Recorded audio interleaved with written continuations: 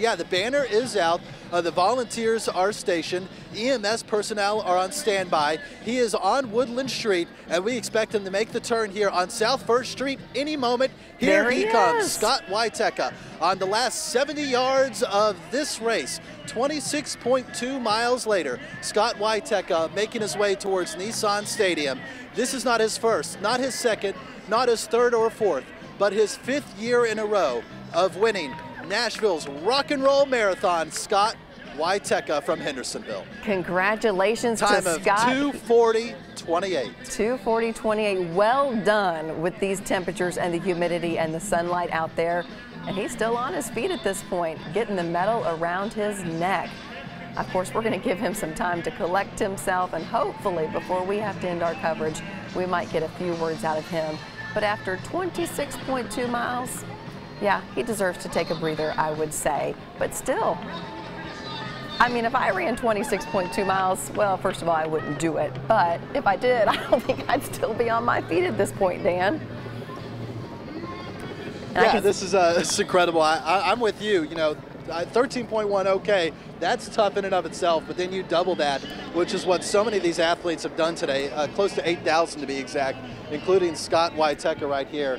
And it's just remarkable. And so he's taking a moment. He's got his first bottle of water since crossing the finish line. Sky 5 high overhead, showing us a look at the finish line. And Carrie, we still haven't seen the second person to cross the finish line. That just goes to show how big of a lead that Scott had. He's crossed the finish line now for more than a minute, going on about 1:10 since he finished.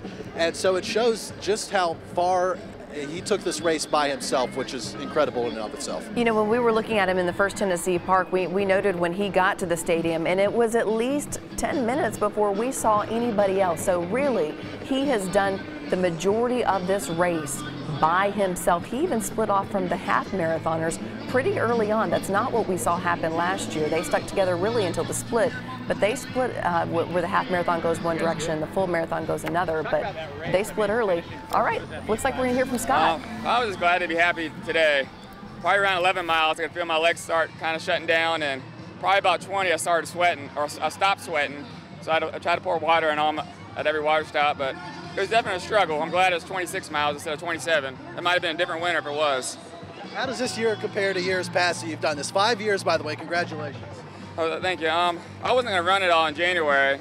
I thought I was done running, put on like 15 or 20 pounds, and then some high school kids called me, or the parents called me to kind of run with them and train them a little bit, so I started running with them. But I kind of wish they would have called me a month earlier. I would have been better prepared, so got to give a shout out to Lindsay Allmeyer, David Allmeyer, and Alex Ponce. Those have been my training partners. They brought me back from the semi-dead, but we'll see. Talk about the assistant faculty that kind of, inspire you, push you to do this. What does it mean for you to be out here and running kind of for them? I definitely know they're all cheering at home. I got a lot of good looks yesterday, and I actually saw several of my students on the course.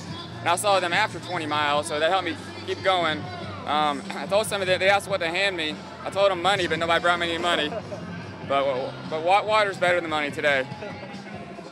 Is there anything that you would do differently for this marathon compared to the ones that you've had, other than the heat? Obviously, you can't control that. Oh yeah, definitely start training a little bit earlier. I could tell I was going a little bit fast early on. I wanted to run maybe 6 minutes a mile, but I was running a lot of 5:35s, 5:40s, and that was on the first part of the course, which is the toughest. So I knew it would come back and get me, but I didn't think it'd come and get me that badly. Talk about this lead here. They haven't even finished yet. You were far ahead. Is that harder to run by yourself without someone next to you kind of pushing you? It kind of depends on the situation. I knew I was crashing pretty badly, so if somebody would have kind of caught up to me, it kind of would have stolen my mojo a little bit.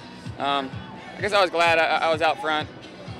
So it was tough, but I don't know. The closer you get to the finish line, the more you kind of have to hang on, because they can come for you at any time. Scott, what's next for you today? How are you planning to celebrate? Probably lay down, get a massage. I don't know. We'll see. It won't be as much celebrating as last year for sure. Feeling a lot worse. Not going to head down to Broadway now? Probably not. Who knows?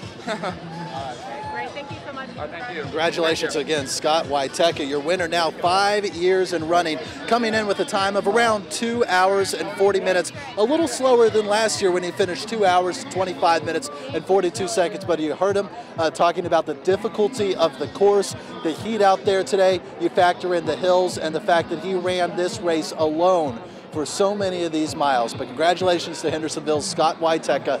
There you heard him, a school teacher, seeing a lot of his kids out on the course. And Carrie, congratulations is in order for all of today's participants. You are exactly right, Dan. Everyone is a winner who crosses that finish line.